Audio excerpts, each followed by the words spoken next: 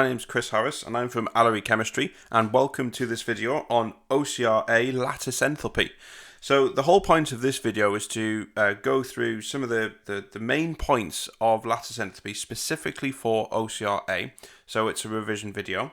Everything you see on here is dedicated and specifically to OCR-A, and this isn't the only video. There is a range of videos that covers the full exam board for OCR-A for year 1 and year 2. It's all on my YouTube channel, Alloy Chemistry. It's all for free, so all I ask you to do is just to subscribe. Just hit the subscribe button and show your support. All of this is completely free, like I say.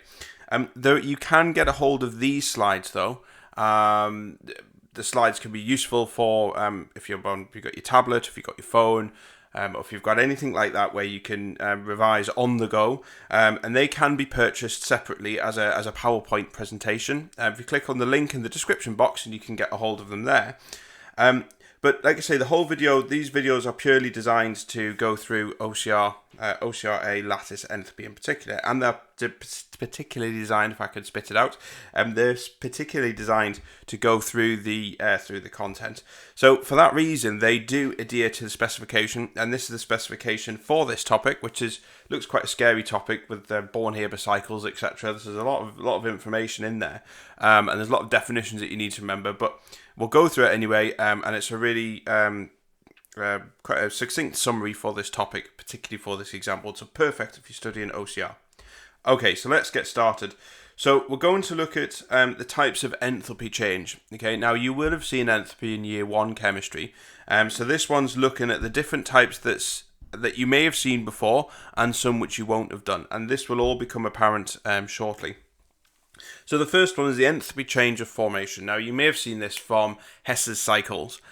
Yes, they're horrendous, aren't they? But no, they're not. They're actually all right. If you know how to them, if you're not sure, then have a look at the video. I've done loads of videos on Hess's cycle within Alloy Chemistry, so go and have a look if you're not too sure.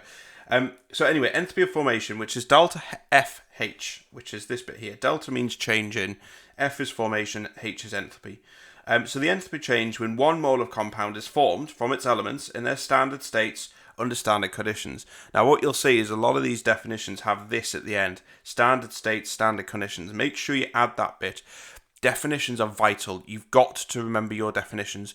The ones that I've included on here are the ones that you need to remember. There are other ones, but the exam board are likely to give you them.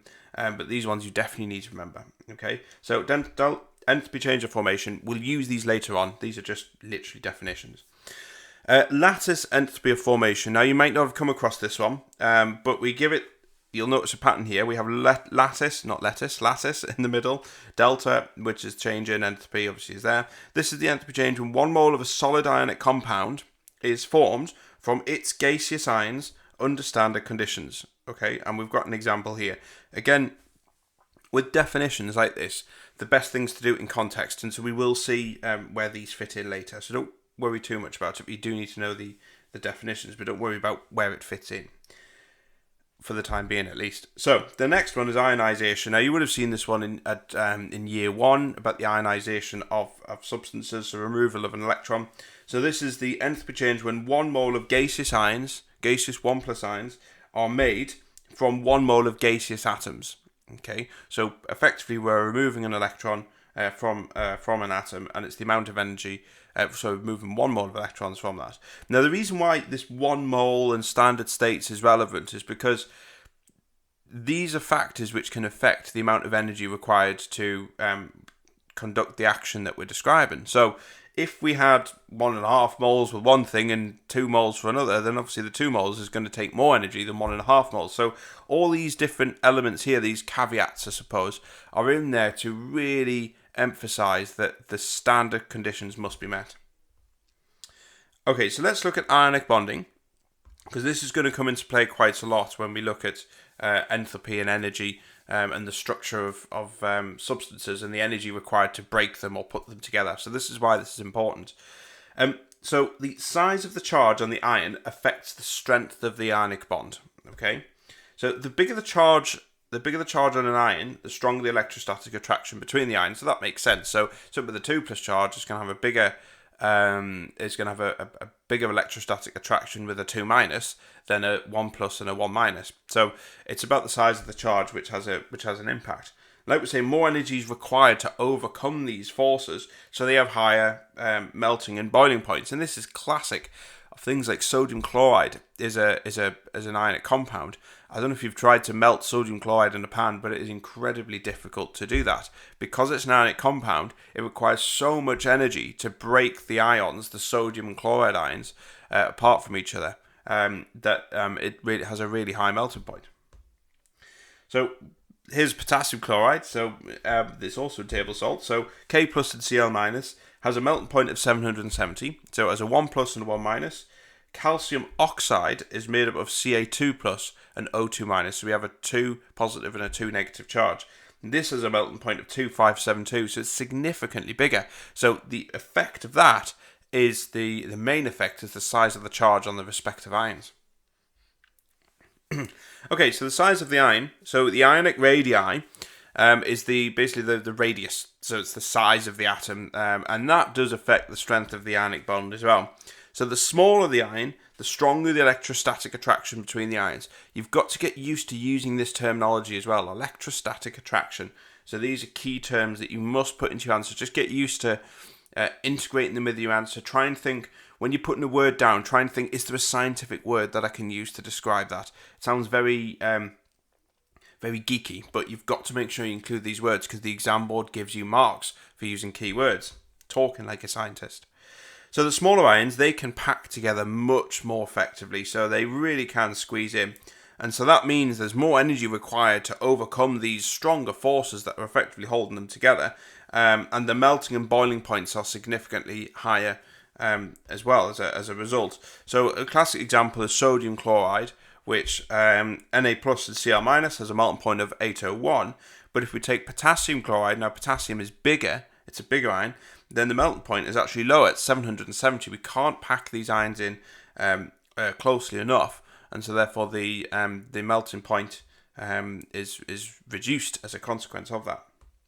So generally, the smaller the ion and the higher the charge, the stronger the electrostatic attraction, and hence the higher the melting point.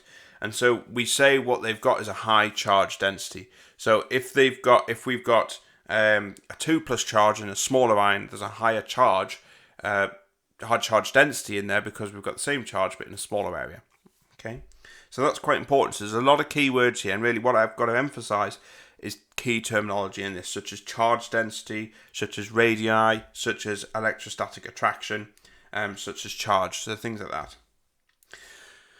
Okay, so this is where I said we're going to apply some of that terminology that we've seen, the definitions, and we're going to apply it into the Born-Haber cycle. Now, the Born-Haber cycles look really, really complicated, but the key thing is to be methodical, okay? And the definitions, really learn your definitions through doing Born-Haber cycles, so you're doing two things at once.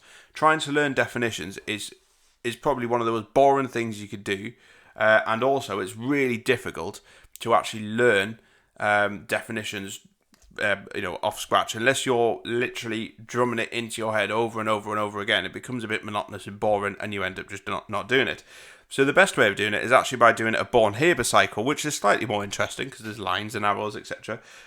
But also you actually when you're drawing out your Born-Haber, just think of the definition, look at the definition, and look at the step that you're doing, and it really does become a little bit more easier, a little easier to remember. Okay, excuse me. Okay, so Born-Haber cycles are useful to calculate lattice enthalpies. So this is because it can't calculate this directly from experiments, and so it is structured in a particular way. Okay, so let's look at the first bit. So the basic thing with the Born-Haber cycle is right at the bottom of the cycle, we always have the ionic solid. Okay, so in this case, we're going to basically break down the formation of lithium chloride here, or lithium chloride is the salt. But the actual intricacies of how we make lithium chloride or how lithium chloride is broken down is actually in various different steps. And so what we're doing here is we're showing how this can be structured. So the first one, so you can see here, we've got lithium and half chlorine going to lithium chloride solid. So we've got lithium solid, because that's how lithium normally exists, and chlorine as a gas, because that's how chlorine normally exists. But chlorine always goes around as a pair.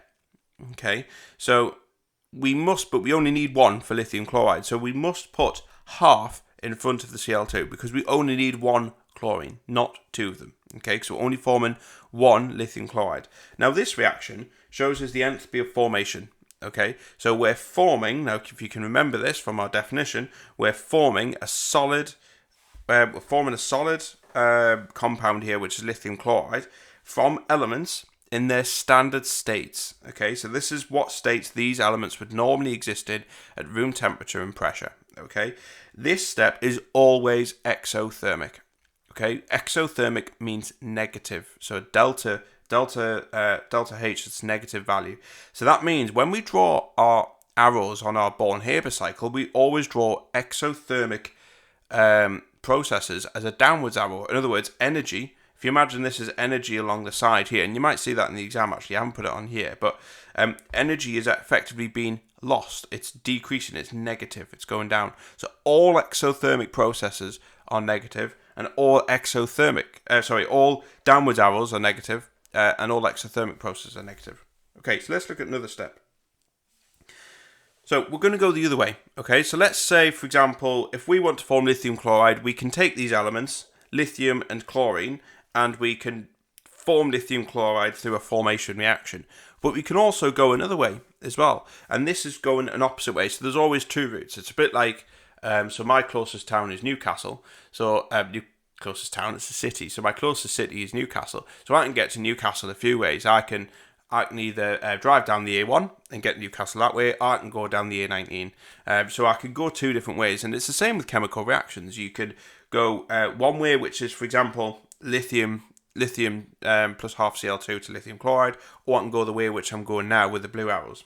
So this way, the first step we do in a Born-Haber cycle is enthalpy of atomization. So what we're doing is we're taking chlorine, and we're atomizing chlorine. Now atomization is always an endothermic reaction. Okay, so that means heat energy is required to do this step. So what we're doing is we're effectively breaking the bond between the chlorine atoms and turning it into an atom.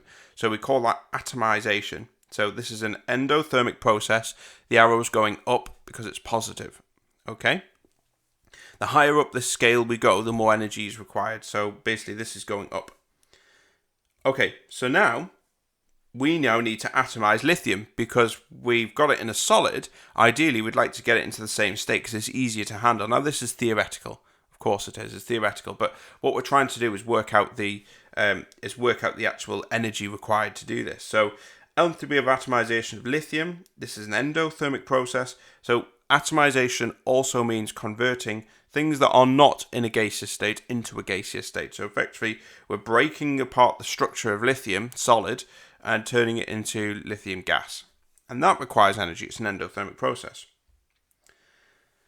Okay, the next step is to form ions because we need to form lithium chloride, and lithium chloride is an ionic substance. So we've got to make sure that we form ions to do this. So to form ions, we're going up to form lithium plus Cl and electron. So this is ionization energy. It's the first ionization energy for lithium. And to remove an electron from lithium requires energy again. So this is an endothermic process. So we're forming lithium gas, chlorine and electron. Now you might be starting to see something similar here where we are effectively forming lithium chloride from ions in the gaseous state. So remember that definition from the first one. So this is so that's the lattice enthalpy formation. So what we're trying to do here is form ions in the gaseous state, but we have to do it step by step. So what do you think the next step is going to be? Well, what we have to do is create a negative charge on chlorine. So this time we're going to add the electron that we've removed from lithium to chlorine. Now, do you think that will be an endothermic or an exothermic process? Well, that one's going to be exothermic. And the reason why is we're adding an electron to chlorine. Remember, chlorine has 7 electrons in its outer shell. If we look at it on the Bohr's model scale, it has 7 electrons in the outer shell. It is desperate for another electron, so it's not going to put up a fuss. to receive an electron, and in fact, it's inviting the electron to be part of the atom, and so energy is released when we add an electron to chlorine. So this is electron affinity, we call it. So affinity just means to attach, or to, if you affinitize with something, it means you're associated with it. So this is electron affinity, and it's an exothermic process for this one here, because we're adding an electron to an atom.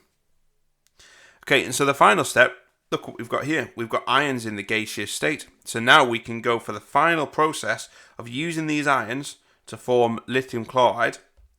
And so we call this the lattice enthalpy of formation of lithium chloride here. So that was one of the definitions that you have to remember, is the lattice enthalpy of formation. And you can see we're forming from the ions in the gaseous state to lithium chloride. Okay, so what the exam board will want you to do, because you might think, well, so what? What the exam board will want you to do is construct maybe it's part of a cycle. They might have put some of it there, or maybe it's not even construct one at all, and just use figures and use numbers to actually calculate the different parts of a cycle. So, for example, they might say, right, here's the information here. We've calculated the enthalpy,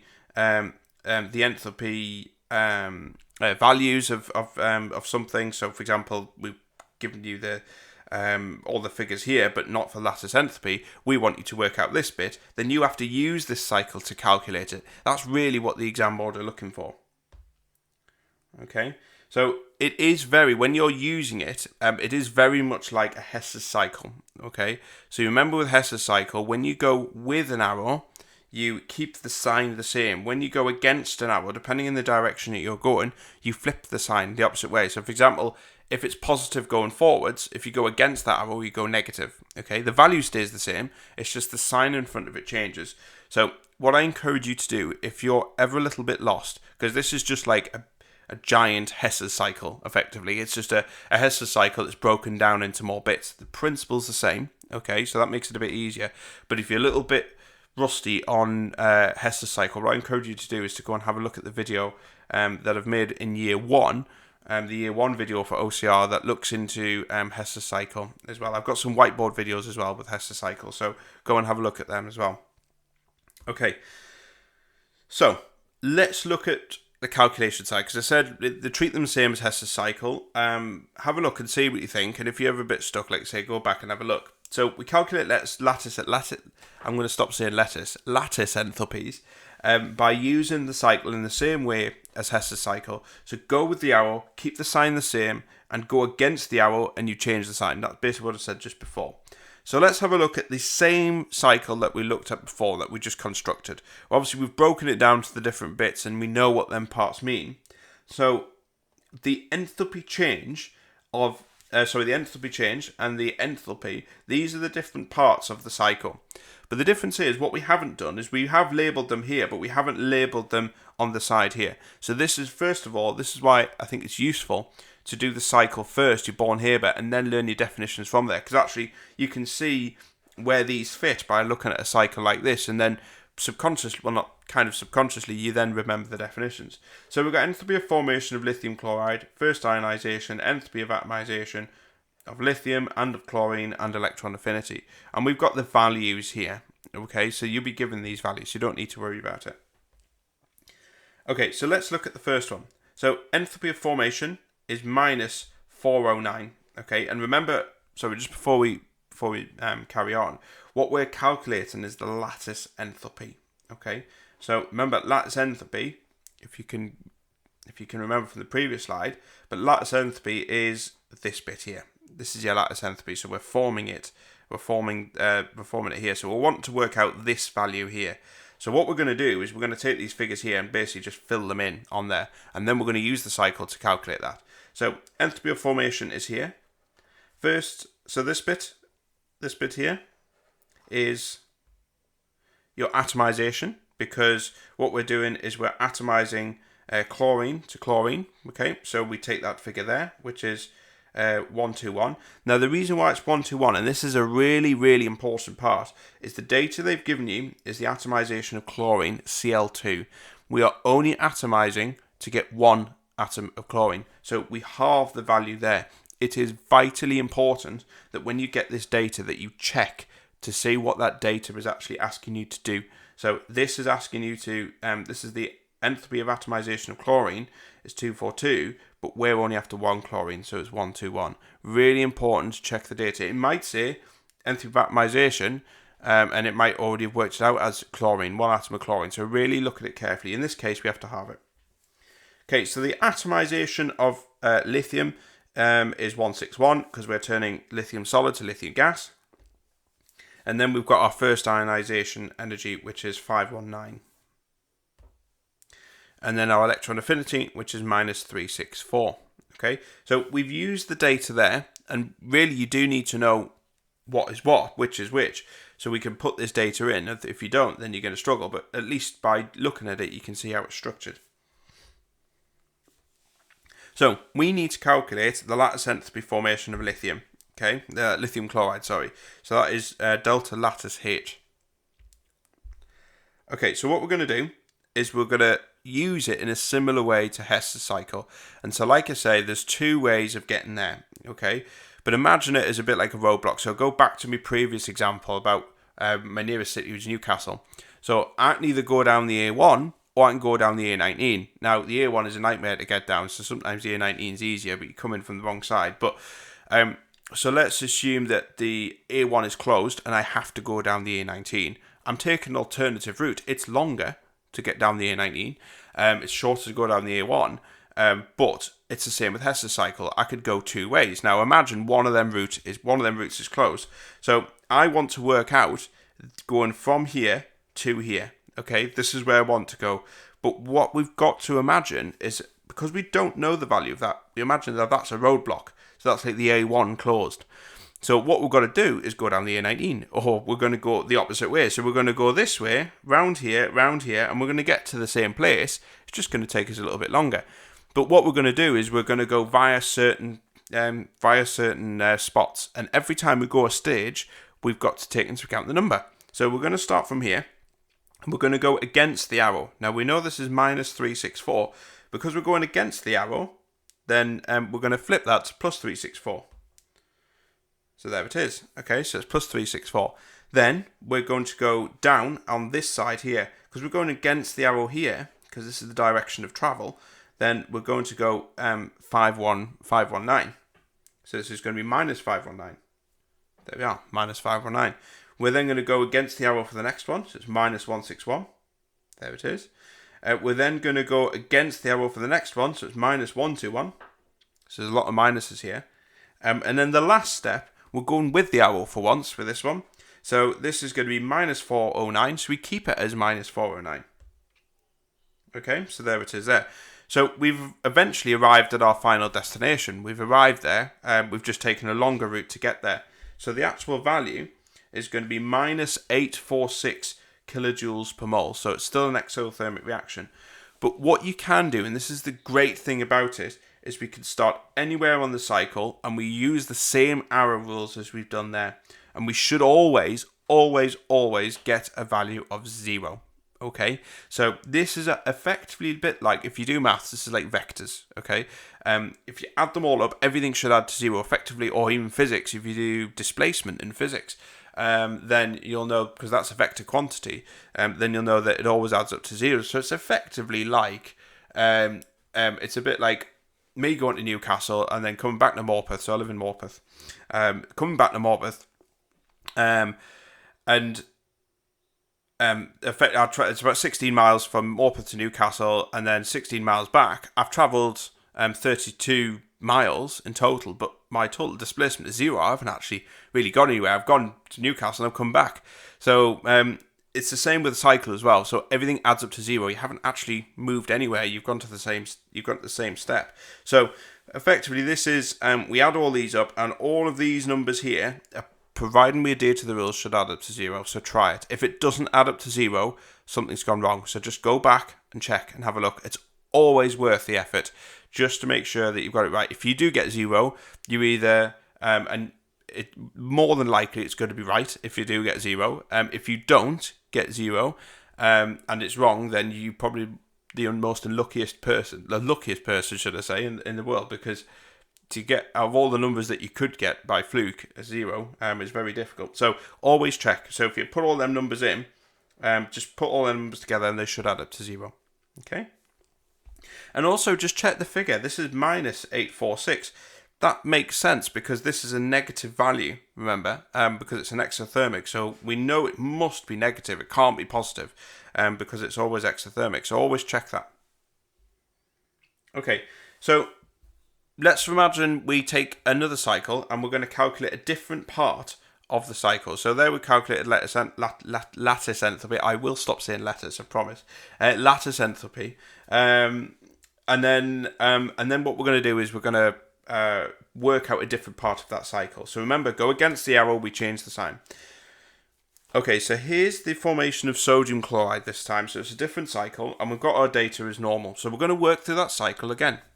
So we're going to start with our enthalpy of formation. This time we're going to work out something different here, but we're going to work out what that is in a moment. But what we're going to do is put all these data in to see what's missing. So we've got our enthalpy of formation, and we've got our atomization of chlorine. Again, we halve it because we only want one chlorine atom. We need to calculate the atomization enthalpy here because we don't have data for that. And we've got our ionization energy. We have that. And we have our electron affinity, we've got electron affinity. And we actually have our lattice enthalpy here. So we've got everything here, but we need to work out this bit here. Okay, so remember, this is the route we want to take. We want to go from here to here because that's the bit we don't know. But this road has been blocked, so this is like the A19 is blocked. So we have to go down the A1 instead. So we're going to go from here to here. But if this is blocked, the only way we're starting from here, so if I put it on there, there you go, we're starting from here, that's where we're starting from. If we can't go this way directly, we have to go indirectly. So we have to go backwards, backwards, up, up, and then down, okay, to get to the same place. So let's have a go. So we're going to go down. So we're going against the arrow, so it's minus 121. We're going with the arrow here, so that's minus 411. We're going against the arrow on this bit here, so that's going to be plus 787. There it is. We're going against the arrow here, so that's plus 364. There we are. Okay, and then we're going against the arrow here, so that's minus 496. And then eventually we get to where we need to be. We get to our final point. So then if we put all of that into a calculator, we should get our final value of plus 123 kilojoules per mole. Check to see if that's right. That is positive, okay? So that's an arrow pointing up, so it should be positive. If we get negative, that's the first thing, first checkpoint. That's not right. Then all you have to do is take all these numbers here, just chuck them into the calculator, and they should add up to 0. It's magic, okay? And remember, if it doesn't, just go back and check. It is absolutely worth the effort. It gives you that confidence that if you do get that right, then you know you've definitely got it right. Because the chances are, if you get something 0 and you've got it wrong, is very unlikely. Okay. So here's another Born-Haber cycle, okay? Or Born-Haber cycle, however you want to pronounce it. Tomato, tomato. Right, so it's an extended Born-Haber cycle, but it's for ionic compounds made up of 2 double ions. So this one's going to be magnesium 2 plus and O2 minus, okay? Now this looks a little bit more complicated, but just bear with me. You follow exactly the same rules. We're just adding a few extra steps in here because we have to ionize twice and we have to electron affinitize twice because we're forming a 2 minus and a 2 plus. That's the only difference, okay? This bit looks a bit scary, but I'll explain, okay? It's easy marks, okay? It's a real good tip. The examiners love this, okay? So here we go. So notice we've got the second ionization step, like I say. So this is needed because we need to create that Mg2 plus ion. And this is an endothermic process, okay? Heat energy is required to remove that second electron. So we've got that extra step there. And likewise, we've also got a second electron affinity step as well because we're producing an O2 minus ion, okay? We're not just producing like before where we looked at Cl minus and that was it. We just needed to add 1 electron. With this one, we have to add 2 electrons, okay? Now, this process is also endothermic. Now, that's strange because you've got a first electron affinity is exothermic, but the second electron affinity is endothermic. And can you think why? Can you ever think? Well, this is because energy is needed Okay, you're trying to add, remember when I said last time, you have an electron that you're trying to add to an atom. That electron, oxygen, really does want that electron, okay, because it's got a shortage of electrons, so it's going to really take that electron for the first electron affinity. So that's going to be exothermic. It's more than happy to take it. However, when you're trying to add another electron to something that's already negative, because you've already got an O minus, it's not so keen because you've got electron repulsion. You're trying to put two negative charges together, and that isn't favourable. So it's not massively endothermic, but it's a little bit endothermic. You need to kind of give it a little bit of an incentive, a little bit of a push to take that second electron and form O2 minus. Okay, so you've got repulsive forces, and this is electron repulsion effectively between the electron and the negative ion. So just watch out for that, but it's easy to spot. That'll only happen if you're adding two electrons to the same atom. Okay, so enthalpy change of solution. So this is going to be quite important because we make solutions all the time. Okay, that is fundamental in chemistry. And yes, there's an energy change when you form a solution. So this is what we call enthalpy change of solution, and this is when 1 mole of an ionic substance, and you do need to know this one as well, 1 mole of an ionic substance is dissolved in the minimum amount of solvent to ensure no further enthalpy change is observed upon further dilution. So for a substance to dissolve, it must meet two main criteria. So the substance bonds must break. Okay, that's the first thing in this example here.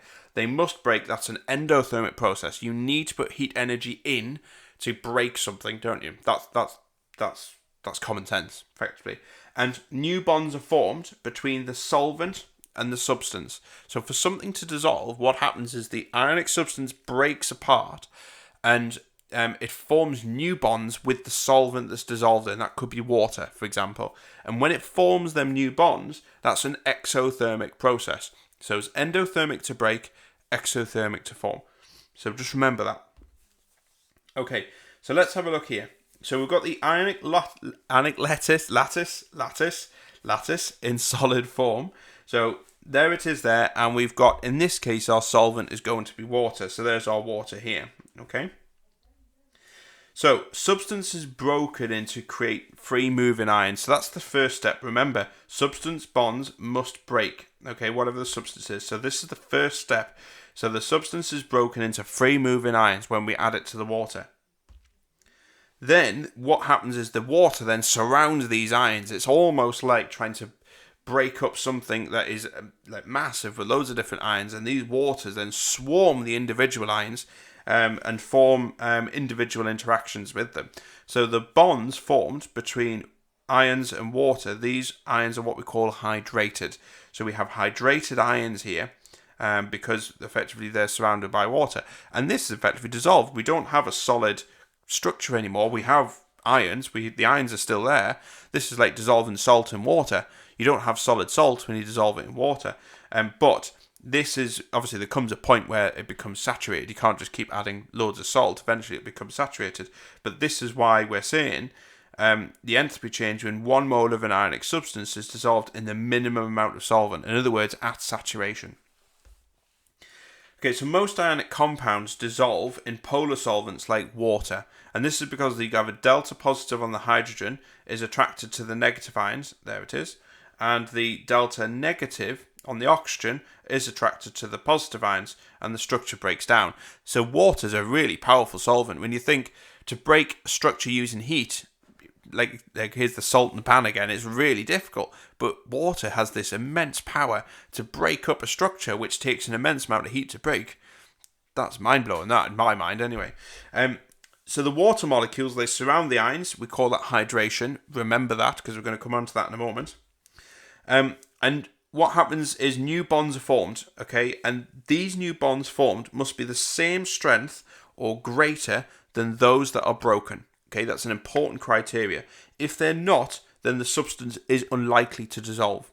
Okay, soluble substances tend to have exothermic enthalpies for that reason. Okay, so when you dissolve something, generally we have an exothermic process that's happening overall. But this is why some substances are soluble and some aren't. For example, you have substances which may be massively insoluble if or they are partially soluble, they don't dissolve very well, and some that don't. So this is quite important. Okay, so this is where we're going to use the enthalpy change of solution. I want you to remember that structure. So if I just go back, I want you to remember that process there.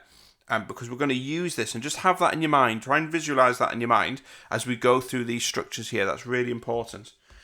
Okay, so what we're going to do is we're going to calculate it. So we're going to take these processes here and calculate it.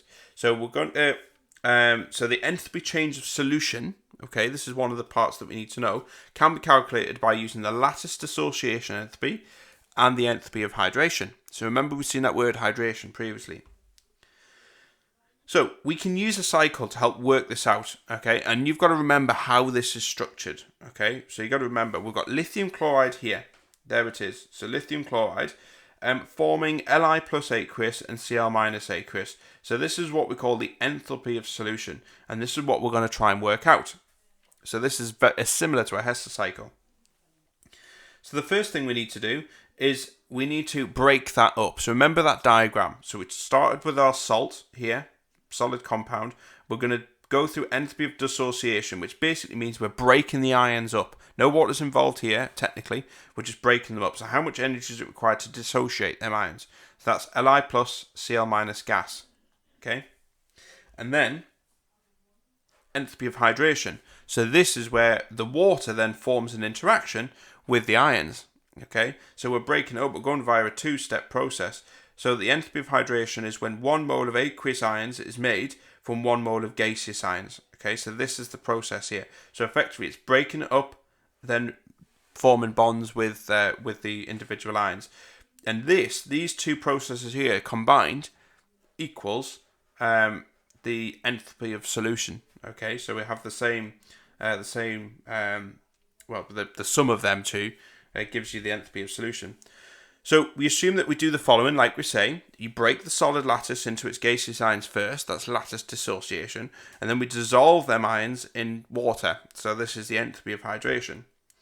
And so remember, when we're doing this, when we go with the arrow, we keep the sign the same. When we go against the arrow, we change the sign, and you will be given data to work this out. So let's have a look. So here, this is going to be plus 846 because we're going with the arrow. This is like the journey to Newcastle. I'm going to Newcastle quite a lot. So it's like the journey to Newcastle. We need to work out this bit here. We can't go this way because this is the one we want to work out. So it's like a roadblock. So we must go here, take a diversion to get to the same place. So we're going with the arrow here, plus 846. And then we're going with the arrow here again, which is, we've got two different steps here. So we've got minus 519 for lithium and minus 364 for Cl minus. So the total is minus 883. And you will be given this data in your exam, so don't worry about it. And so, therefore, what we do is we work out what the enthalpy of solution is, which is minus 37 kilojoules per mole. So we do plus minus, and that gives us the total amount. So this is negative. It's slightly exothermic, which is what we would kind of expect as well. Okay, so let's look at the enthalpy change of hydration. So there are two things that can affect the enthalpy change of hydration. That's charge and the size of the ion. Okay, so this is kind of going back a little bit to what we were mentioning before. So ions with a higher charge, these attract water molecules much more strongly. So this is the interaction, remember, between water molecules and the ions. So these attract them much more strongly. More energy is released when the bond is made, which means they have a more exothermic enthalpy of hydration. The larger the charge, the greater the enthalpy of hydration. Okay, so if something's got a calcium, for example, calcium 2+, and Na1+, calcium is going to have a larger enthalpy of hydration than sodium. The size of the ion has an impact as well. Smaller ions have a higher charge density than larger ions. So ions which are much smaller with the same charge, there's more of a charge per square area, let's say, square millimeter, nanometer, whatever it is. So they attract water molecules more strongly, and hence there's a more exothermic enthalpy of hydration here. So the smaller the ion, the greater the enthalpy of hydration. Okay, very similar to what we looked at before with ions forming an ionic compound. This is an interaction between water and the individual ions. Okay, so what we've got here, we've got a diagram on here just showing some of these ions. So the diagram on the left shows that there are smaller and have larger charge. Ions that are smaller and have a larger charge have a higher charge density. Okay, so and there's a stronger interaction. So here you can see here we've got a 2+ charge and a 1+ charge. This is smaller, this is bigger. So you can see here there's a stronger interaction with water here than there is with the 1+ charge. Okay, so you've got a bigger exothermic reaction going on here. Okay, very similar to, like, say, from the ionic one, the ionic forming the ionic structure before. Okay, and that's it. So that was a look at lattice enthalpy for OCR. Like I say, there's a full range of videos on Alloy Chemistry for all exam board specific as well, all tailored for your particular exam board. They're all for free. There's no charge for them. All I ask is that you subscribe to the channel. That will be a massive, massive help just to show you support. These, like I say, these slides are available to purchase if you want your own personal copy of them. Click on the link in the description box and you get a hold of them there. But other than that, I hope you found that helpful. That's it. Bye-bye.